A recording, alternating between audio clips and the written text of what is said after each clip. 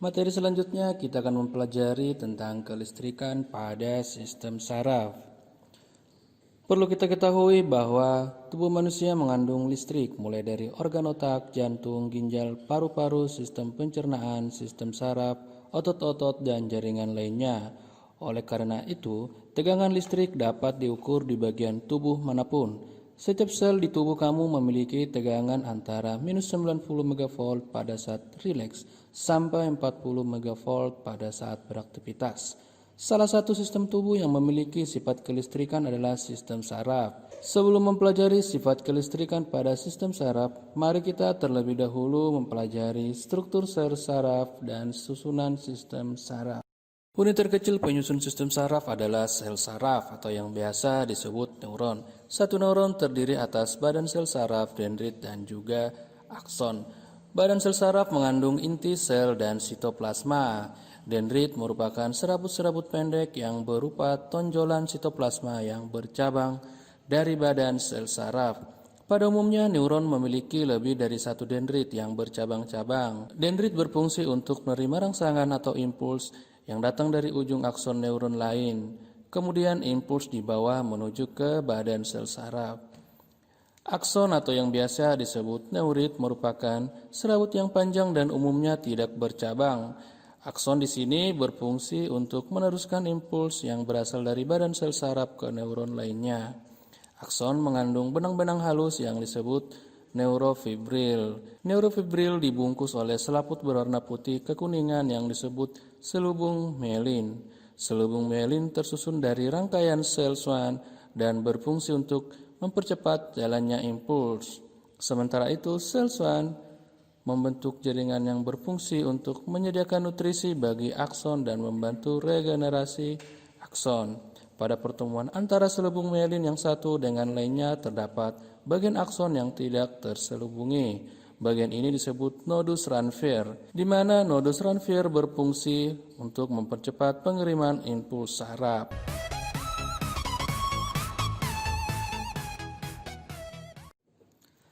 Sel saraf berfungsi menerima dan meneruskan atau mentransmisikan rangsangan dalam bentuk pesan listrik atau yang disebut impuls. Impuls berjalan sepanjang neuron dalam satu arah. Pada dendrit terdapat berbagai sensor yang berfungsi menerima segala bentuk rangsangan dan mengubahnya menjadi sinyal listrik. Dendrit membawa impuls menuju badan sel saraf. Jika rangsangan atau stimulus cukup kuat, sinyal listrik tersebut akan diteruskan ke akson. Hubungan antara akson dari suatu neuron dengan dendrit dari neuron yang lain disebut sinapsis. Bagaimana proses penghantaran impuls dari satu neuron ke neuron lainnya dalam tubuh kita sampai impuls mencapai tempat tujuan? Mari kita simak video berikut ini. Oke, kita sudah mendapatkan gambaran dari struktur sel syaraf. Tetapi, bagaimana dengan transmisi impulsnya? Bagaimana caranya otak kita menyuruh jempol kita misalnya untuk bergerak? Di awal, melalui suatu mekanisme yang kompleks, otak kita membentuk sesuatu yang bernama potensial aksi dan meneruskannya sepanjang syaraf yang bertanggung jawab untuk menggerakkan jempol. Di dalam syaraf ada beberapa kabel, dan di dalam kabel-kabel ini terdapat sel syaraf. Di antara satu sel syaraf ke sel syaraf berikutnya, ada celah yang bernama sinaps. Jadi, potensial aksi yang merupakan si listrik akan diterima oleh dendrit di sel syaraf pertama, diteruskan melalui tubuhnya dan mencapai akson. Di beberapa neuron atau sel syaraf pertama, ada sesuatu yang bernama neurotransmitters, suatu zat kimia yang berperan dalam konduksi listrik dari satu sel syaraf ke sel syaraf berikutnya. Neurotransmitter akan dilepaskan ke sinaps dan menghasilkan suatu potensial aksi di sel syaraf kedua.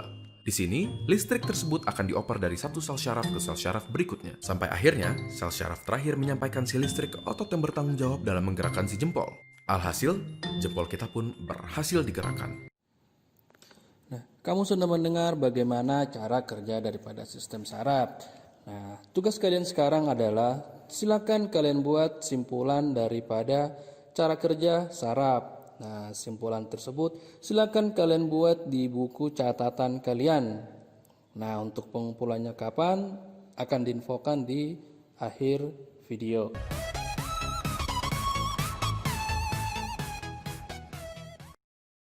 Berdasarkan fungsinya dalam tubuh kita terdapat 4 macam sel saraf, yaitu sel saraf sensori, sel saraf motor, sel saraf penghubung atau konektor, dan juga sel saraf adjustor.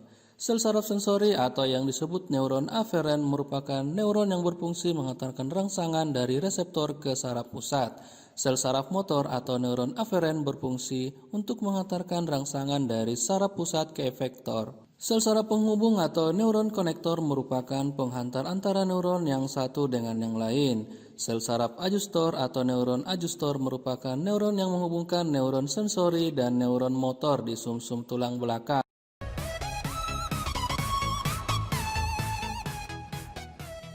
Bagian selanjutnya kita masuk pada susunan sistem saraf. Sistem saraf pada manusia dapat dibedakan menjadi dua, sistem saraf pusat dan sistem saraf tepi. Sistem saraf pusat terdiri atas otak, sumsum lanjutan, dan sumsum tulang belakang. Sementara itu, sistem saraf tepi terdiri atas sistem saraf somatik atau saraf sadar dan otonom atau saraf tidak sadar. Rangsangan diterima oleh reseptor pada alat indera. Saraf sensori akan meneruskan rangsangan tersebut ke saraf pusat. Dari saraf pusat, tanggapan akan disampaikan ke efektor melalui saraf motor.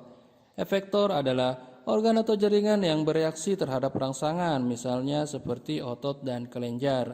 Reaksi atau tanggapan oleh efektor dapat berupa gerakan atau reaksi metabolisme.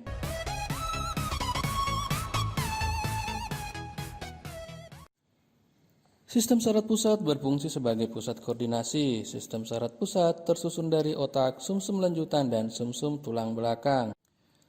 Otak terbagi atas otak besar, otak kecil, dan otak tengah. Antara otak dan sumsum tulang belakang terdapat sumsum lanjutan atau yang disebut medula oblongata. Fungsi masing-masing dari sistem saraf pusat antara lain, otak besar atau cerebrum berfungsi sebagai pusat pengendali berbagai aktivitas tubuh yang disadari, yaitu berpikir, kemauan, ingatan, mendengar, membau, bergerak, dan melihat. Otak tengah atau yang disebut mesencephalon berfungsi sebagai penghubung antara otak depan dan otak belakang. Sementara itu, otak kecil atau cerebellum berfungsi sebagai pusat keseimbangan tubuh dan koordinasi gerak tubuh. Sumsum lanjutan atau medula oblongata berfungsi sebagai pusat pengatur denyut jantung dan tekanan darah, gerakan pernapasan, pelebaran dan penyempitan pembuluh darah, refleks menelan, muntah, batuk, dan bersin. Sementara itu, sumsum tulang belakang atau medula spinalis berfungsi untuk meneruskan jalannya impuls dari dan menuju otak serta pusat gerak refleks.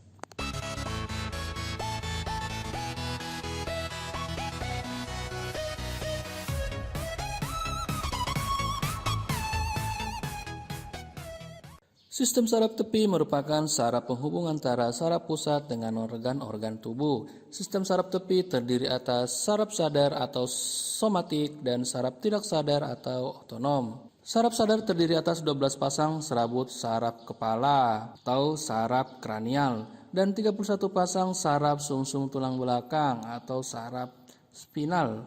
Serabut saraf ini terdiri atas neuron sensori dan neuron motor. Sistem saraf somatik mengatur kerja organ tubuh secara sadar. Saraf otonom atau viscera berfungsi sebagai saraf yang mengontrol organ-organ dalam tanpa kita sadari.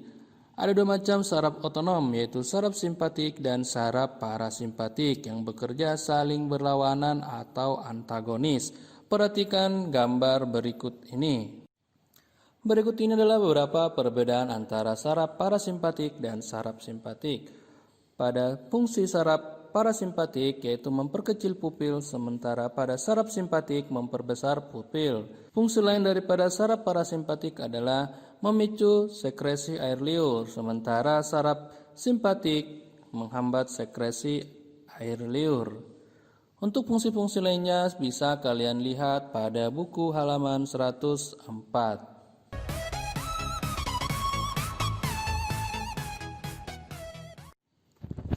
Pembahasan lainnya kita masuk pada impuls saraf. Ada dua macam cara yang dilalui impuls, yaitu jalan panjang dan jalan pendek. Jalan panjang merupakan jalan impuls yang dikendalikan oleh otak berupa kegiatan-kegiatan yang kita sadari. Pada umumnya hampir semua kegiatan yang dilakukan oleh tubuh adalah gerakan Yang kita sadari, jalan impuls pendek terjadi secara spontan atau tanpa disadari karena impuls hanya melalui sumsum tulang belakang. Jalan pendek ini terjadi pada gerak refleks. Untuk pembahasan pada gerak yang disadari ataupun gerak refleks, mari kita saksikan video berikut ini. Perhatikanlah wanita ini. Ketika ia diberi stimulus berupa bunyi klakson sepeda dan melihat ada sepeda yang melaju ke arahnya, maka sel-sel sarafnya menghasilkan respon berupa gerakan menghindar. Dalam respon stimulus, impuls-impuls bergerak menyusuri alur yang spesifik, mulai dari sel saraf sensorik ke sel saraf penghubung, dan berakhir di sel saraf motorik. Untuk lebih jelasnya, perhatikan kembali proses respon tubuh terhadap stimulus. Ketika telinga mendengar bunyi klakson sepeda, reseptor di telinga, terutama bagian ujung sel saraf sensorik, terstimulasi. Sel-sel saraf sensorik ini menghasilkan impuls-impuls saraf yang bergerak menuju otak. Sel-sel saraf penghubung yang terdapat di otak menerima impuls tersebut dan meneruskannya ke sel-sel saraf motorik. Impuls-impuls bergerak melalui akson-akson pada sel-sel saraf motorik menuju otot leher, sehingga otot tersebut berkontraksi, menghasilkan gerakan menoleh sebagai bentuk respon terhadap bunyi klakson tadi. Demikian pula dengan respon yang dihasilkan oleh stimulus yang berasal dari penglihatan. Ketika mata melihat ada sesuatu yang melaju cepat ke arahnya, maka wanita tersebut menggerakkan otot-otot di kakinya untuk bergerak menghindar. Mekanisme gerak refleks. Kita menarik tangan kita ketika jari-jari tangan menyentuh objek panas. Kita menutup mata ketika cahaya terang terfokus pada mata. Kita bersin ketika sesuatu masuk ke hidung. Semua ini adalah reaksi refleks atau disebut refleks. Refleks adalah gerakan yang dilakukan tanpa sadar dan merupakan respon segera setelah adanya rangsangan. Sebuah contoh, setiap kali kita mendekati benda yang mampu menyakiti kita, kita segera menarik bagian tubuh yang paling rentan. Ini disebut gerakan refleks. Ketika seseorang menyentuh cangkir panas, reseptor sensorik di tangan mengirim stimulus melalui jalur sensorik yang mengandung neuron sensorik ke sumsum tulang belakang. Neuron sensorik memasuki akar saraf dorsal dari sumsum tulang belakang.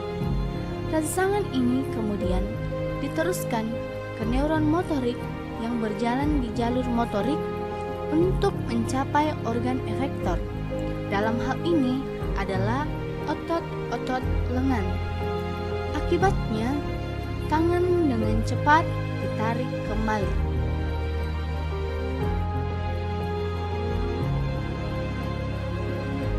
Neuron sensorik atau reseptor mengambil rangsangan kausal ke CNS atau sumsum tulang belakang, neuron motorik atau efektor, neuron rangsang, dan gerakan yang dilakukan sebagai respon terhadap stimulus bersama membentuk lengkung refleks. Gerak refleks umumnya melibatkan sumsum tulang belakang untuk merespon rangsangan dengan cepat. Gerak refleks tidak dikendalikan di otak, namun gerakan apa yang terjadi secara refleks bukan berarti tidak diketahui oleh otak. Pada saat impuls diberikan oleh saraf penghubung ke sel saraf motorik, saat itu pula impuls diteruskan ke otak. Dengan cara ini, sesaat setelah gerak refleks, kita langsung mengetahui apa yang terjadi. Otak kita lalu memahami apa yang harus dilakukan untuk menghentikan rasa sakit tersebut.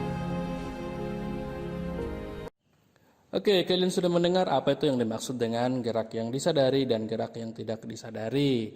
Oke, nah sekarang tugas kalian adalah silakan kalian cari 10 jenis-jenis dari masing-masing gerak tersebut, antara gerak refleks dan juga gerak tidak refleks. Nah, silakan kalian tuliskan di buku catatan kalian, ya. Dan nanti pengumpulannya sama dengan tugas 1 tadi. Oke, ya, jadi inilah tugas 2. Oke, lanjut ke pembahasan berikutnya.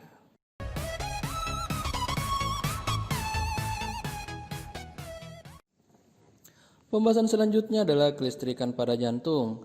Kamu tentu telah mengetahui bahwa jantung memiliki 4 bagian, yaitu antrium kiri dan antrium kanan yang berkontraksi secara bersamaan dengan 2 ruang lainnya, yaitu ventrikel kiri dan ventrikel kanan. Gerakan denyut jantung dipengaruhi oleh aktivitas listrik pada jantung. Jantung mempunyai aktivitas listrik pada nodus sinoatrial atau disingkat SA, nodus antrioventrikal atau disingkat AV, berkas His dan serabut Purkinje. Inilah bagian penting dalam pembacaan EKG atau elektrokardiogram. Listrik jantung dihasilkan oleh adanya reaksi sel jantung dengan ion Na+. Sel membran otot jantung atau miokardrium berbeda dengan saraf dan otot lurik. Saraf dan otot lurik memerlukan rangsangan supaya ion Na+ masuk ke dalam sel. Proses masuknya ion Na+ ke dalam sel jantung disebut proses depolarisasi. Sementara itu, depolarisasi pada sel otot jantung tidak memerlukan rangsangan dari luar. Aktivitas kelistrikan pada kontraksi sel otot jantung terjadi oleh adanya potensial aksi yang diantarkan sepanjang membran sel otot jantung. Jantung akan berkontraksi secara ritmik akibat adanya impuls listrik yang dibangkitkan oleh jantung sendiri atau dengan nama lain otoritmitas. Sifat ini dimiliki oleh sel khusus otot jantung, yaitu sel kontraktil dan sel otoritmik. Sel kontraktil melakukan kerja mekanis, yaitu memompa, sedangkan sel otoritmik berfungsi mencetuskan dan menghantarkan potensial aksi yang bertanggung jawab dalam kontraksi sel-sel kontraktil. Secara skematis dapat dijelaskan sebagai berikut. Perhatikan pada gambar. Atau bisa juga dapat kalian lihat pada buku paket halaman 110.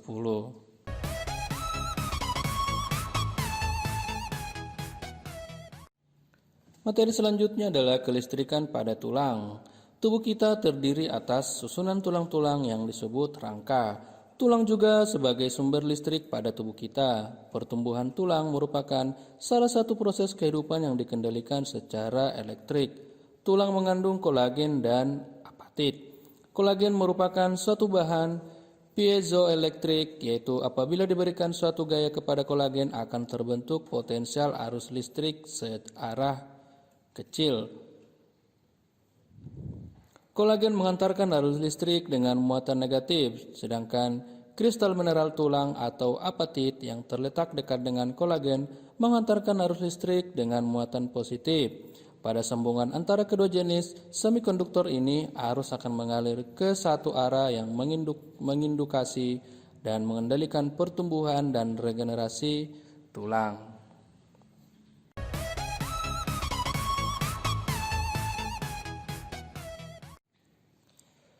Setelah kita selesai membahas masalah kelistrikan pada sistem saraf, kelistrikan pada tulang, kelistrikan pada jantung, selanjutnya kita akan membahas hewan-hewan yang mengandung listrik. Yang pertama adalah ikan belalai gajah atau nama lainnya adalah Gatonemus petersi. Hewan ini ditemukan di sekitar Sungai Afrika Barat dan Tengah. Ikan ini memiliki tonjolan seperti belalai dari kepala. Tonjolan ini bukan hidung, melainkan perpanjangan dari mulut. Organ ini diselimuti oleh elektroreseptor yang berfungsi untuk pertahanan diri, komunikasi dan navigasi, serta mencari mangsa. Di bagian ekor dilengkapi dengan organ yang menghasilkan listrik khusus yang terdiri atas ribuan elektroplugs. Pada saat ikan ini dalam keadaan istirahat, masing-masing sel elektroplugs memiliki muatan negatif di dalam dan muatan positif di luar. Ketika organ dirangsang, terjadi kontraksi otot yang menghasilkan arus listrik lemah. Kedua adalah pari listrik. Ikan bertulang lawan ini memiliki organ penghasil listrik di kedua sisi kepalanya. Kejutan listriknya digunakan untuk mengusir predator dan menyetrum mangsanya. Ikan ini juga memiliki kemiripan dengan hiu kepala martil dalam hal mendeteksi mangsa. Ikan pari listrik dapat melepaskan muatan hingga 200 volt, bahkan dapat menghasilkan arus listrik sampai 30 ampere. Wow. Nah, kamu bayangkan arus listrik ini mampu membunuh mangsa dengan cepat. Namun ikan ini tidak agresif, bahkan cenderung pasif. Ketiga, belut listrik. Ikan ini ditemukan di perairan Amerika Selatan. Belut listrik memiliki 5.000 sampai 6.000 elektroplugs yang menghasilkan listrik hingga 600 volt dan arus listrik 1 ampere atau setara dengan 600 watt selama 2 milidetik. Jika diganggu, mereka dapat menghasilkan sengatan sebentar-sebentar selama 1 jam. Jumlah tenaga listrik tersebut sangat mudah mematikan predator. Untuk hewan-hewan selanjutnya yang memiliki muatan listrik, bisa kalian cek pada buku paket halaman 112. Demikianlah untuk materi kita pada kelistrikan di materi bab 4 listrik statis. Semoga bermanfaat. Selamat belajar. Oke, jadi kalian sudah mendengar ada beberapa jenis hewan yang bisa menghasilkan energi listrik. Nah, kemudian tugas kalian yang ketiga adalah silakan kalian cari jenis-jenis hewan lainnya yang memiliki energi listrik. Silakan kalian cari minimal 3 jenis hewan. Kemudian kalian tuliskan di buku catatan kalian dan kemudian kalian buat penjelasannya mengapa hewan tersebut menghasilkan listrik. Nah, kemudian tugas 1, 2, dan 3 silakan kalian foto kemudian kirimkan ke saya melalui Google Classroom. Nanti di Google Classroom akan saya buatkan tempat pengumpulannya seperti tugas-tugas sebelumnya. Nah, tugas tersebut dikumpul pada tanggal 8 tepatnya jam 12. Saya tunggu sampai jam 12.45. Jika ada kendala dan halangan lainnya, silakan berkoordinasi terlebih dahulu. Baik, silakan pekerjaannya diselesaikan. Silakan materi ini disimak baik-baik. Dan untuk pertemuan berikutnya, kita akan lanjut di bab 5, rangkaian listrik, energi listrik, dan daya listrik.